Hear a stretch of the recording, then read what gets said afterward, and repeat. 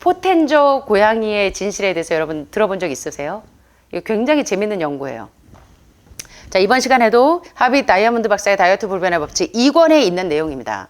자, 포텐조 고양이의 진실은 특별히 조리된 음식을 먹은 고양이들하고 효소가 살아있는 음식을 먹인 고양이들이 어떻게 되는지 보세요. 9세대까지 병이 걸리는지 안 걸리는지 한번 볼 건데, 자, 여기 보시니까 이 가솔린차에다가 콜라 넣으면 어떻게 될까요? 차가 잘 굴러갈까요? 가솔린차에 디젤유를 넣으면 차가 망가집니다. 자동차에 잘못된 연료를 넣는 것은 꿈도 꾸지 못해요. 가솔린 대신 콜라를 넣으면 미친 사람이라고 생각할 거예요.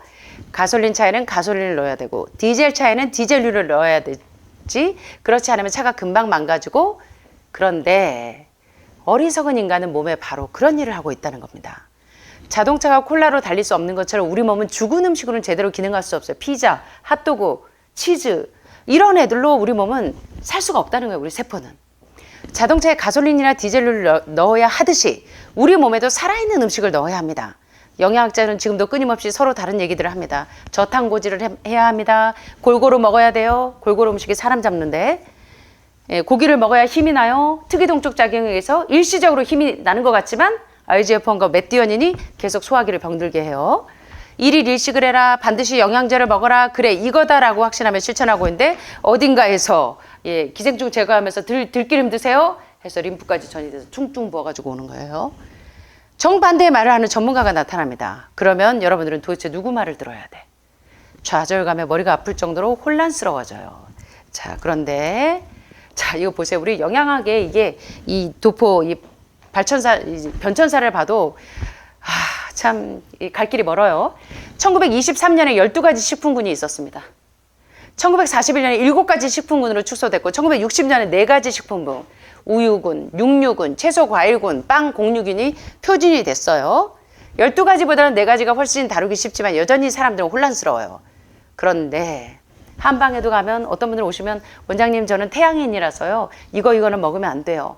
저는 소음인이기 때문에 이거는 먹으면 안 돼요. 저는 신장이 지금 기능을 못하기 때문에 칼륨 수치가 있는 거 먹으면 안 돼요. 그래서 과일하고 채소는 먹으면 안 돼요. 자, 뭐라고 하냐면 걱정해야 할 식품군은 4개가 아니라 2개뿐입니다. 2개. 근데 이걸 가장 많이 동의하시는 분들이 36상, 8상 체질, 4상 체질하는 한의사님들이 동의를 하시더라고요. 자, 보니까 산 음식과 죽은 음식 2개만 걱정하시면 돼요. 여러분들은 아주 지혜로운 사람은 이 2가지 뿐이에요. 12가지, 뭐 7가지, 4가지 이거 다 잊어버리시고 태양인, 소음인 이거 다 잊어버리시고 뭐만 기억하면 되냐면 2가지만 기억하시면 돼요. 병에서 회복되려면 내가 음식을 먹을 때 이게 산 음식인가 죽은 음식인가만 고민하시면 돼요. 살이 빠지고 질병이 치유되는 놀라운 변화를 경험하게 되면 있는 그대로 먹는 것과 열을 가해서 변형시킨 것의 차이를 확연히 느끼게 될 텐데, 자, 어떤 음식도 금지되지 않기 때문에 먹는 즐거움, 다이어트라는 2마리 토끼를 잡는데 지구상의 모든 야생동물은 산 음식을 먹으며 그들에게는 질병도 비만도 없다라는 자연의 법칙을 여러분들이 기억하시면서 이제 논문들을 좀 볼게요. 연구들을. 요새 HRT 요법을 하시는 분들이 많아요. 특별히 여성분들 유방암, 난소암, 호르몬 대체 요법, 호르몬 리플레이스먼트 테라피와 이제 심혈관계 질환에 대한 이 관련 논문들을 이렇게 보면 재밌는데요. 지구상에서 가장 권위 있는 학술지로 꼽히는 뉴 잉글랜드 의학 저널에서 놀라운 사건이 발생했습니다. 폐경 후에 여성에게 처방되는 호르몬이 과연 심장마비에 효과가 있느냐라는 내용의 논문이었는데, 한 논문은 HRT 요법, 이 호르몬 리플레이스 테라피를 했더니 호르몬 요법이 심장마비를 드라마틱하게 증가시킨다는 것을 증명했고, 또 다른 논문은 심장마비를 드라마틱하게 감소시킨다는 정반대의 이 실험 결과를 증명을 했어요. 그러면 이제 우리는 모두가 헷갈리죠, 여러분들은. 지금 마치 한쪽에서는 저탄고지를 해라, 이쪽에서는 저지방 채식을 해라, 헷갈려 죽죠, 여러분들은. 자, 그런데 2개의 논문은 겉보기에 타당하지만 결과는 완전히 모순됩니다. 자, 모든 과학적인 연구를 의심의 눈초리로 바라보라는 뜻은 아니고, 대부분의 과학적인 연구는 진실을 향해 가려고 노력하지만 제약회사가 연구비를 제공하는 연구라면 의심해 봐야 해요. 근데 사실 모든 연구 결과가 제약회사가 후원을 하는 데가 많아요. 특별히 요플레를 만드는 데서는 유방암 환자가 호르몬성 음식을 먹어도 된다고 하고. 재밌죠? 자, 폐경 후 여성에게 처방된 호르몬제를 만드는 제약회사가 연구비를 제공한다면 어떤 과학자가 그 제약회사의 의견에 반대되는 연구를 실행하겠습니까? 엄청난 광고비를 대는 제약회사가 신약을 출시했을 때 그 언론사에서 약물에 효과가 없다라는 의견을 내면 연구비가 안 나와요.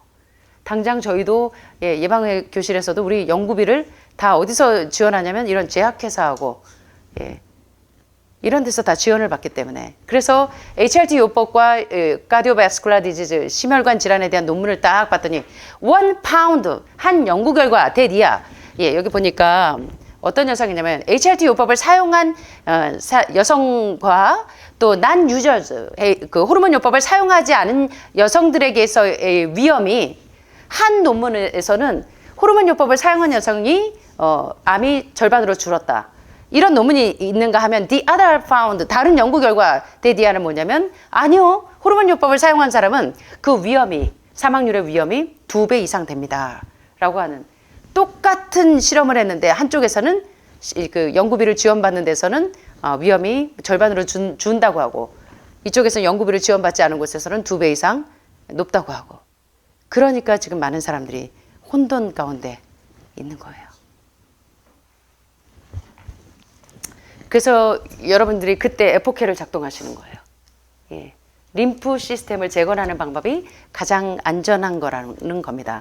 자, 그럼 이제 포텐저 고양이의 진실 요거 이제 2 슬라이드 남았으니까 자, 포텐저 고양이의 진실에 대해서 이제 많은 과학자들이 많이 알고 있는데 1932년부터 1942년까지 무려 10년 동안 프란시스 포텐저 박사가 열을 가해서 조리된 음식보다 살아있는 음식의 효과를 알아보기 위해서 장기간 동안 이제 실험을 했습니다.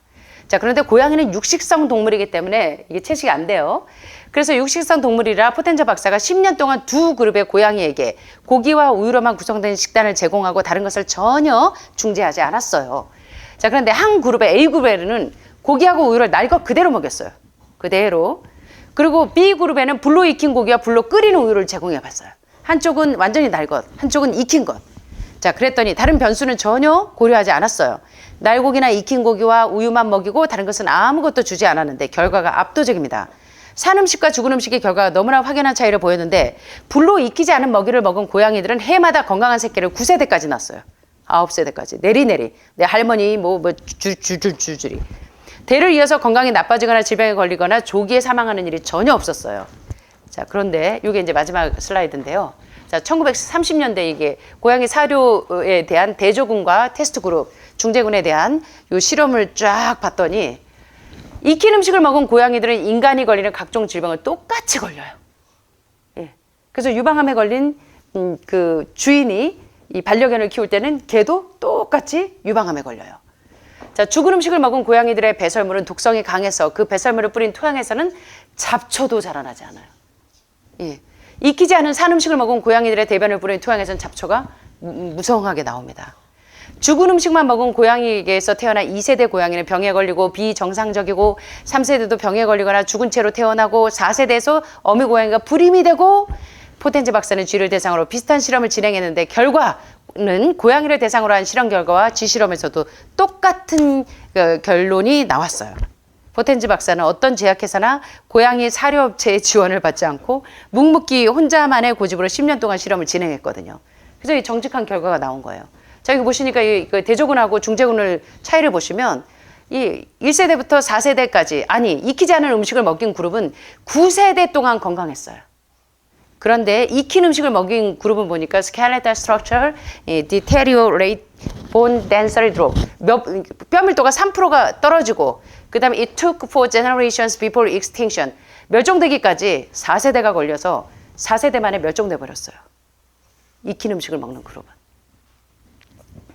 그래서 효소가 살아있는 음식을 먹인 그룹은 9세대까지 건강한데 효소를 다 파괴한 죽은 음식을 먹은 고양이들도 쥐들도 4세대에 다 멸종을 해버려요.